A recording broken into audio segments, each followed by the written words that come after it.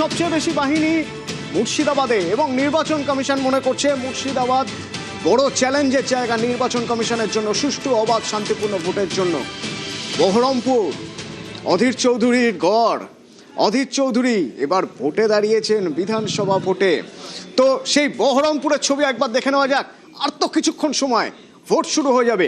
বলা হয় বহরমপুরের ভোট নাকি আবেগের ভোট। প্রণব রয়েছে সরাসরি আমার সঙ্গে। প্রণব, বহরমপুরের ছবি একটু তোমার মাধ্যমে দেখে নিতে চাইবো।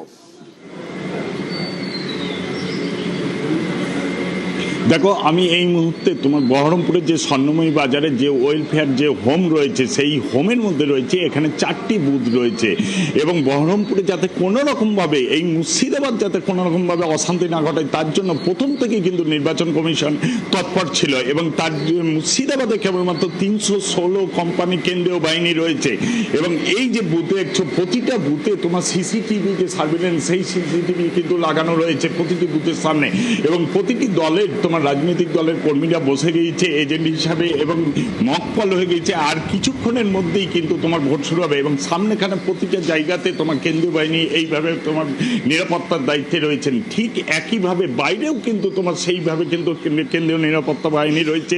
যারা আসছে তাদেরকে প্রত্যেককে সচিত্র ভোটের পরিচয়পত্র দেখছে, তারপর কিন্তু তাদেরকে ঢুকতে দেওয়া হচ্ছে যাতে কোনো ধরনের কিন্তু অশান্তি যাতে না ঘটে। আর সকাল 7টার মধ্যেই তোমার ভোট গ্রহণ শুরু হবে।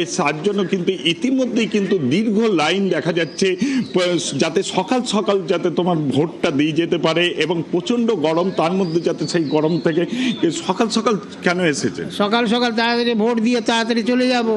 অনেক কাজ আছে, বয়স্ক লোক আমরা সিনিয়র সিটিজেন।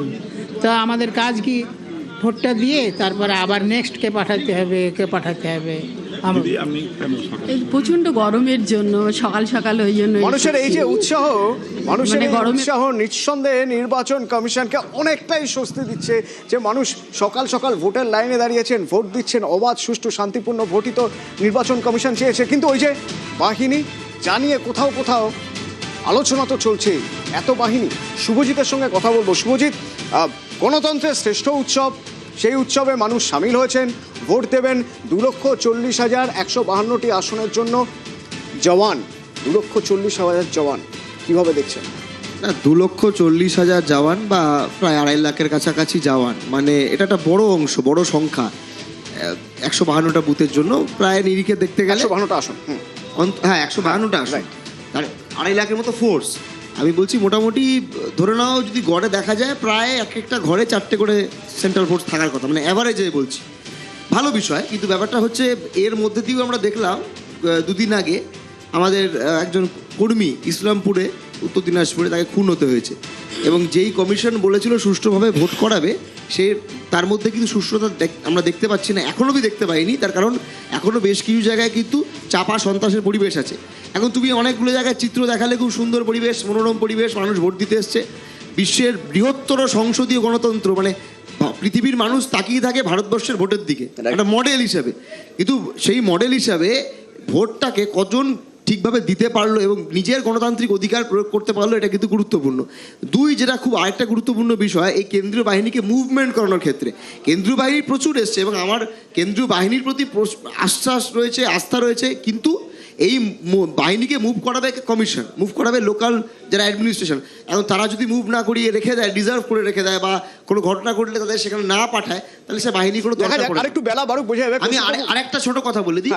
বেশ কিছু জায়গায় আমরা দেখেছিলাম গতবারের নির্বাচনের সময় যেগুলো বর্ডার লাগোয়া এলাকা, মানে শীতলকুচি টাইপের এলাকা, ওইখানকার চিত্র যদি তুলে ধরো তার মানে ভালো দেখা যায়। কৌশিকবাবু, এত বাহিনী এসেছে, নিঃসন্দেহে এবার অবাধ শান্তিপূর্ণ সুষ্ঠু ভোট হবে।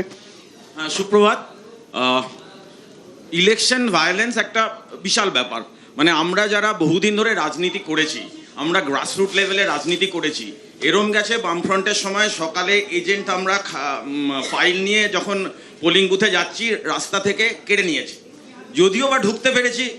তারপরে বেরোবার সময় একটা ব্যাপার যে বেরোতে পারবো কিনা, সারাদিন তখন বাক্স সিল হতো গালা দিয়ে, বেরোতে পারবো কিনা।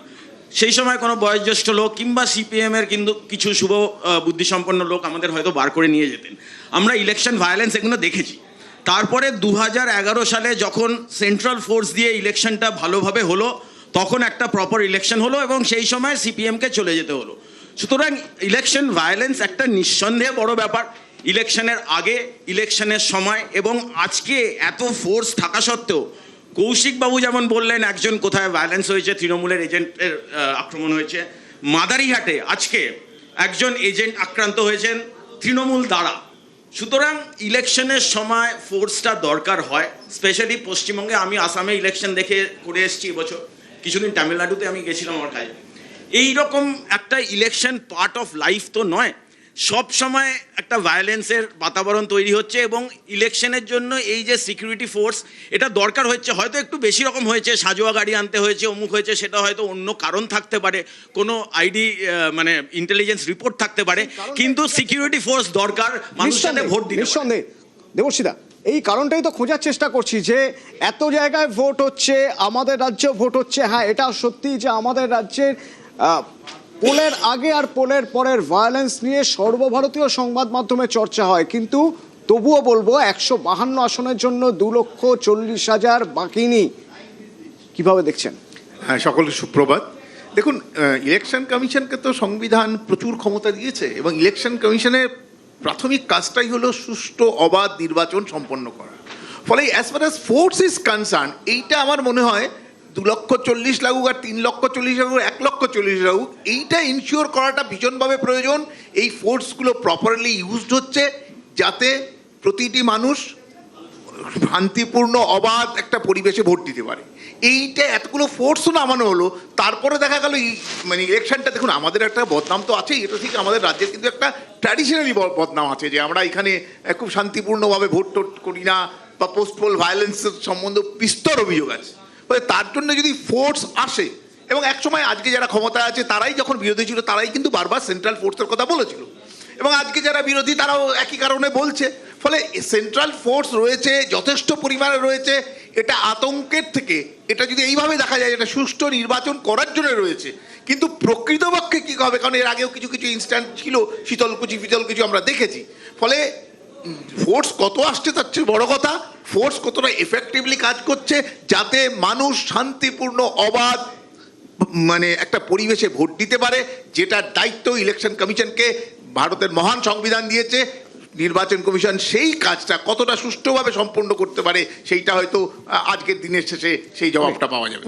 এবং আরেকটা জিনিস, যেটা আমরা তো পোলিং স্টেশনের সামনে সেন্ট্রাল ফোর্স দেখছি, বেশ কিছু গ্রাম্য এলাকা, গ্রামের দিকে বা জেলার দিকে, মফস্বলের দিকে কি হয় যে পোলিং স্টেশন থেকে যে গ্রামের যে মানুষ যেখানে থাকে সেটা একটা বড় ডিস্টেন্স।